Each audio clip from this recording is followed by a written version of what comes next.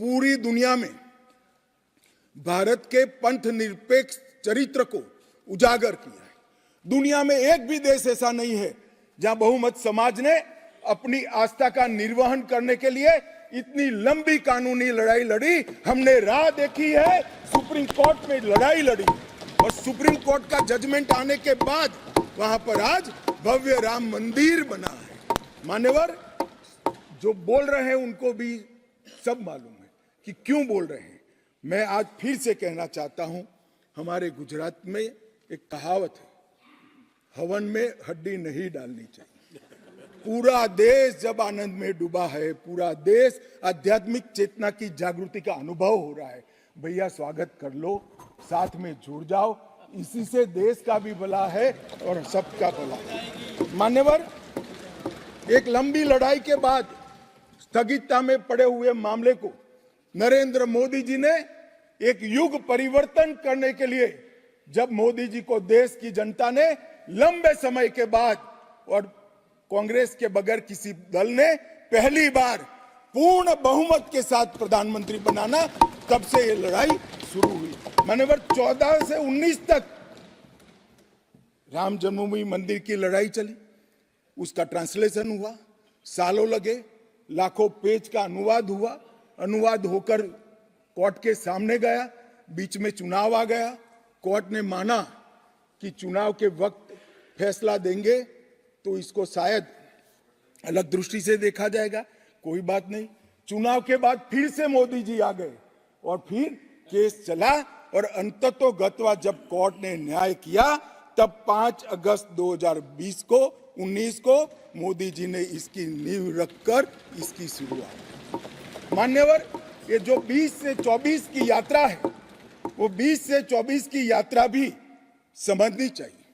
राम जन्मभूमि का आंदोलन ऐसे ही नहीं चला, इसके साथ हर गांव, हर घर में हर करोड़ों राम भक्त, अनेक संगठन, भारतीय जनता पार्टी, राष्ट्रीय स्वयंसेवक संघ समेत घर घर गए, शिला लेकर गए, पूजा की और वो पत्थर को राम मंदिर की शिला बनाकर अयोध्या तक पहुंचाने का काम।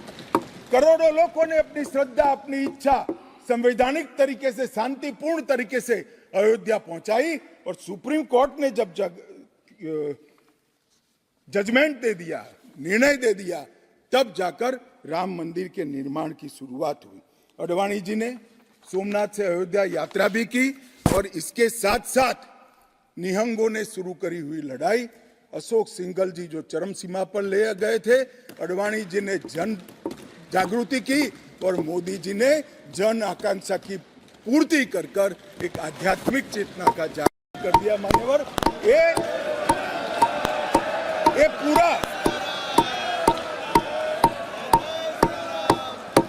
पूरा आंदोलन, मान्यवर, जब भी दुनिया का इतिहास लिखा जाएगा, एक डेमोक्रेटिक वैल्यू के रूप में देखा जाएगा कि कोई एक देश अपने बहुमती समाज की धार्मिक विश्वास की पूर्ति के लिए इतने समय धैर्य रखकर सुप्रीम कोर्ट में गुहार लगाता रहे और सुप्रीम कोर्ट के जजमेंट आने के बाद सौहार्दपूर्ण वातावरण में इसकी पूर्ति हो। मान्यवर, ये बहुत बड़ी बात है और मैं मानता हूं मान्यवर कि ये मोदी जी के नेतृत्व के बगैर संभव नहीं था।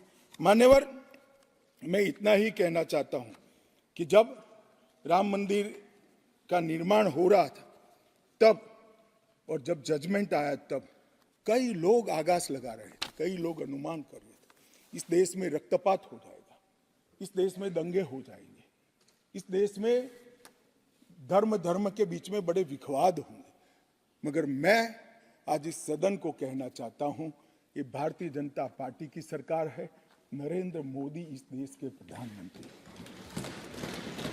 कोर्ट के जजमेंट को भी जय पराजय की जगह सबकी मान्य न्यायालय के आदेश में परिवर्तित करने का काम मोदी जी के दूरदर्शी विचार ने। और उसके बाद जब समय आया, निर्माण के बाद जब समय आया, मान्यवर, उनको न्योता मिला कि वो आकर भूमि पूजन करें, 130 करोड़ की जनता के वो जनप्रतिनिधि हैं। न्यास ने उनको नेतृत्व करने का, जनता का प्रतिनिधि के नाते जब मौका दिया शिलान्यास करने का, तब मोदी जी के जो पूरा आचरण है इसको ध्यान से देखना चाहिए मान्यवर। वो आचरण आने वाले अनेक सैकड़ों सालों तक दुनिया के सामने रहेगा और दुनिया के सामने इससे कई लोगों को प्रेरणा भी मिलेगी। मान्यवर, हम सब ने आचार्य गोविंद देव गिरि जी ने जो वक्तव्य दिया वो सुना है। मोदी जी को जब मौका मिला तब उन्होंने रामानंदी समाज के, संप्रदाय के और वैष्णव संतों से पूछा कि भाई प्राण प्रतिष्ठा करनी है, किसी संसारी ने करनी है, तो इसके यम नियम, इसके लिए किस प्रकार की उपासना करनी चाहिए। और जो संतों की ओर से सुझाएगा उससे भी अनेक गुना कठोर 11 दिन का व्रत इस देश के प्रधानमंत्री, मान्यवर, 11 दिन तक सैया पर नहीं सोना, 11 दिन तक केवल नारियल पानी के साथ उपवास करना, 11 दिन तक पूरा समय राममय, राम भक्ति में रचे बसे रहना और पुरुष जीवन की उस वक्त की हर सांस को राम के साथ जोड़कर राममय बनकर प्राण प्रतिष्ठा करना। मान्यवर, ये 11 दिन में मां सबरी, गिलेरी, वानर, भालू, जटायु, ये सब के साथ जुड़े हुए देश भर में जो राम के स्थान थे, वहां जाकर राम के काज के लिए गिलहरी जैसा भी योगदान देने वालों को श्रद्धा पूर्वक प्रणाम करने का काम प्रधानमंत्री। राम मंदिर का जब भूमि पूजन का समय आया, कोई पॉलिटिकल नारे नहीं लगाए, ना मोदी जी ने इसका नेतृत्व पॉलिटिकली किया, ना हमारी पार्टी ने किया। हर रोज एक राम का भजन अलग अलग भाषा में ट्वीट कर एक भक्ति का आंदोलन शुरू किया। मान्यवर, इस देश में कई सारे भक्ति के आंदोलन खड़े हुए हैं, ढेर सारे आंदोलन खड़े हुए। मान्यवर, इस देश में भक्ति का आंदोलन कोई नया नहीं है। मान्यवर, मीरा ने चलाया, गुजरात में नरसिंह मेहता ने चलाया, रामानंद ने चलाया, एकनाथ और ज्ञानेश्वर ने चलाया, शंकरदेव और माधवदेव ने असम में चलाया, चैतन्य महाप्रभु ने चलाया, समर्थ रामदास ने चलाया। ये सब भक्ति आंदोलन ने समय समय पर देश को मजबूत करने का काम किया है, सनातन धर्म को टिकाने का काम किया है और सनातन धर्म के प्रति सबकी आस्था को बढ़ाने का काम। घनघोर अंधेरी रात में एक ध्रुव तारे की तरह ये भक्ति आंदोलन ने देश के जनमानस का नेतृत्व किया। भारत के ही छोर में 10 सिख गुरुओं ने अनेक प्रकार के बलिदान, एक दशम पिता ने तो अपना सर्वस्व दान कर दिया।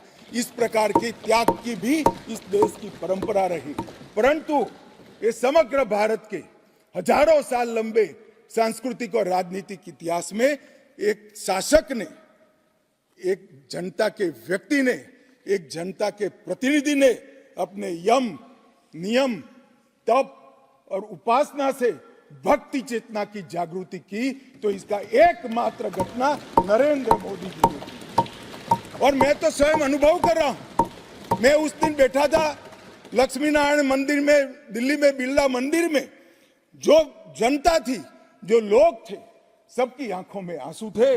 पूरा देश राममय हो गया था और जय श्री राम के नारे लगा रहा था। मान्यवर, मोदी जी ने बड़ी शालीनता के साथ विजय के, पराजय के कोई भाव के बगैर जय श्री राम के युद्ध के नारों से पूरी दुनिया जानती है। जय श्री राम की वानर सेना का युद्ध का घोष था, पूरी दुनिया जानती है। जय संघर्ष चला तब जय श्री राम चला और मंदिर बना तो जय सिया राम हो गया। संघर्ष से भक्ति की ये यात्रा पूरे देश को आगे ले जाने वाली यात्रा है। मान्यवर,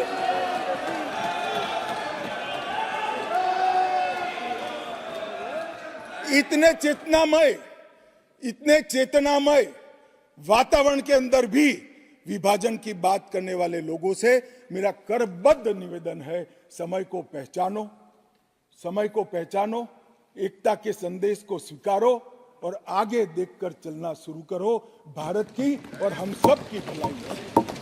मान्यवर, ये बहुत बड़ा संदेश मोदी जी ने दिया है और मैं फिर से एक बात कहना चाहता हूं, जिसने संन्यास्त नहीं लिया है, जो सन्यासी नहीं है, जो किसी पंथ संप्रदाय का उपदेशक नहीं है, ऐसा व्यक्ति और जो देश का शासक है, प्रधानमंत्री है, प्रधान सेवक है, ऐसा व्यक्ति आध्यात्मिक चेतना, भक्ति की चेतना खड़े, ये दुनिया में ऐसी मिसाल शायद ही कहीं नहीं मिलेगी। मान्यवर, मैं ये जरूर कहना चाहता हूं, इस सदन में खड़े होकर गौरव के साथ कहना चाहता हूं कि मोदी जी मेरे नेता है, मेरे पार्टी के नेता है, मेरे पार्टी के प्रमुख नेता है।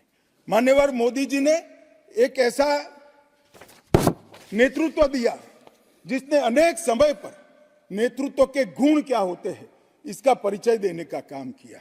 अच्छे समय में भी किस प्रकार से संयम रखना चाहिए इसका एक उदाहरण स्थापित करने का काम किया और हर समय पर निर्भयता के साथ संवेदनशील, सजग और जन भावनाओं को समर्पित नेतृत्व कैसा होता है इसका उदाहरण दिया। इनके 10 साल के कालखंड के अंदर अनेक प्रकार के पड़ाव आए हैं। मानिए, ये भी राम जन्मभूमि के आंदोलन जैसे ही पड़ाव रहे हैं, क्योंकि जो गड्ढा ये खोद कर गए थे, वो गड्ढे को भरकर उसमें महान भारत की इमारत बनाना ये राम मंदिर की यात्रा से कोई कम यात्रा नहीं है। मान्यवर, सबसे पहले मैं कहता हूं कि जो आर्थिक क्षेत्र के अंदर जो बदहाली करी थी, जो पॉलिसी पैरालिसिस वाली गवर्नमेंट थी, सैकड़ों पॉलिसियां बनकर आज 11वें नंबर से 5वें नंबर पर हमारे अर्थतंत्र को ले जाकर एक नीति के आधार पर चलने वाला राज्य, नीति के बनाने वाले नेता कैसा होता है उसका उदाहरण दिया। कोविड आया तो भयभीत हुए बगैर, सरकार की मशीनरी कम पड़ जाएगी, जब तक आंदोलन पूरा देश नहीं लड़ेगा इससे हम नहीं लड़ पाएंगे, वो जानते हुए एक मोर्चे पर